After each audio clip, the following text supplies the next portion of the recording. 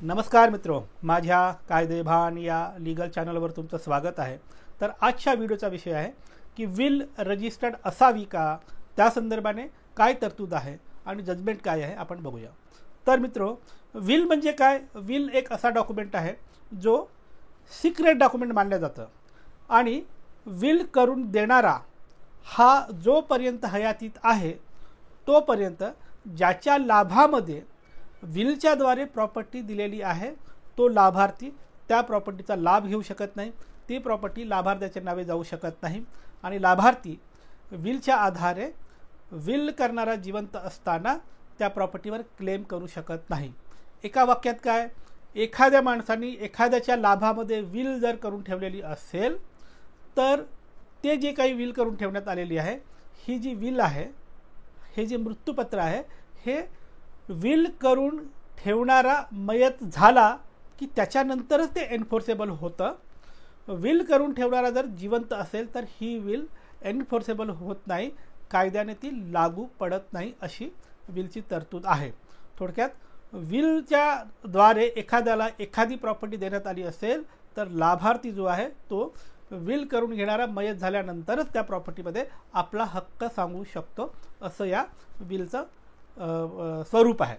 बरं, आता एक महत्त्वाचा प्रश्न आहे की विल जे आहे हे रजिस्टर्ड असावं का की नसावं, या संदर्भामध्ये बऱ्याच लोकांच्या डोक्यात एक संभ्रम आहे।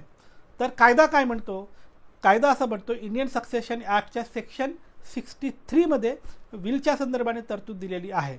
विल कशी असावी, कोणी करावी, विल करताना 2 साक्षीदार पाहिजेत, हे साक्षीदार विल करणाऱ्यापेक्षा कमी वयाचे असावेत। विलवर जेव्हा सही होते तेव्हा साक्षीदाराच्या समक्ष विलकर्त्याने सही करायची असते आणि विलकर्त्याच्या समोर या साक्षीदारांनी सह्या करायच्या असतात। अशा बऱ्याच अटी शर्ती त्या सेक्शन 63 मध्ये दिलेल्या आहेत। तो सेक्शन असं कुठेही म्हणत नाही की विल रजिस्टर्ड असावी। त्यामुळे जो काही आपल्याकडे विलच्या संदर्भाने कायदा आहे त्या कायद्यामध्ये विल रजिस्टर्ड असावी असं कुठेही लिहिलेलं नाही किंवा ते बंधनकारक नाही। त्यामुळे तुमच्या लाभात जर एखादी विल झालेली असेल आणि ती विल तुम्हाला विल करणारा मयत झाल्यानंतर तुमच्या हाती लागली असेल तर तुम्ही त्या विलच्या द्वारे संबंधित प्रॉपर्टीवर हक्क सांगू शकता, आपल्या नावाची नोंद घालू शकता। त्यासाठी तुम्हाला रजिस्टर्ड विल असावी अशी अट नाही।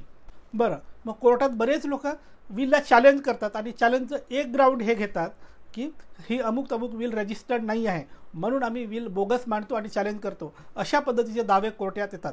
या दाव्यांचं काय?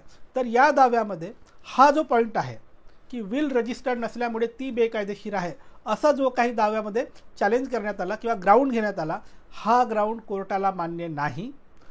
तुमच्या लाभात एखादी विल असेल आणि ती विल रजिस्टर्ड नाही, या ग्राउंडवर जर एखादा वारस चॅलेंज करत असेल तर ते जे काही चॅलेंज करण्यात आलं तो चॅलेंज केलेला दावा डिसमिस होतो, कारण हा ग्राउंड कायद्याला मान्य नाही।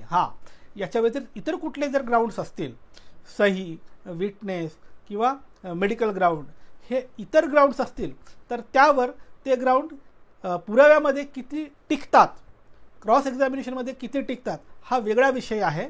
पण त्या ग्राउंडवर गुणदोषावर म्हणजे मेरिटवर विलचा निकाल लावला जाऊ शकतो। पण काहीही झालं तरी विल रजिस्टर्ड नाही हा जो ग्राउंड आहे, या ग्राउंडवर विल रद्द होत नाही। बरं, हे जे मी तुम्हाला सांगतो याच्या व्यतिरिक्त एखादं जजमेंट आहे का ज्या जजमेंटमध्ये असं म्हटलं आहे की विल रजिस्टर्ड असणे गरजेचं नाही, असं सांगणारं जजमेंट आहे का? हो, जजमेंट आहे। आत्ता जो तुमच्या स्क्रीनवर दिसतोय हे जजमेंट, या जजमेंटमध्ये ऑनरेबल कोर्टाने असं म्हटलं आहे की विल रजिस्टर्ड असणे आवश्यक नाही।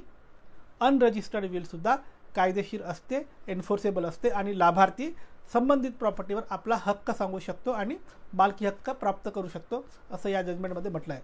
त्यामुळे मित्रो, एखादी विल तुमच्या लाभात झाली असेल, ती रजिस्टर्ड नसेल तर अजिबात घाबरायचं कारण नाही। तुम्ही हे जजमेंट वापरू शकता आणि संबंधित प्रॉपर्टीवर तुम्ही मालकी हक्क सांगू शकता, 7/12वर तुमचं नाव म्युटेशन करू शकता। तर मित्रो, ही होती माहिती विलच्या संदर्भाने। तुमच्यासाठी असंच मी कायद्याचे व्हिडिओ आणत राहीन, त्यासाठी कायदेभान पाहत राहा। आणि हो, ज्यांना कायदेशीर सल्ला हवा आहे ते संपर्क करू शकतात। माझा नंबर तुमच्या स्क्रीनवर दिसतोय, पण थेट फोन करायचा नाही, अजिबात फोन करायचा नाही। व्हॉट्सॲपवर जा, नाव, गाव, जिल्हा, केसची माहिती लिहून पाठवा। तुमच्या केसमध्ये मेरिट असेल तर आम्ही तुम्हाला सल्ला देऊ. बाय.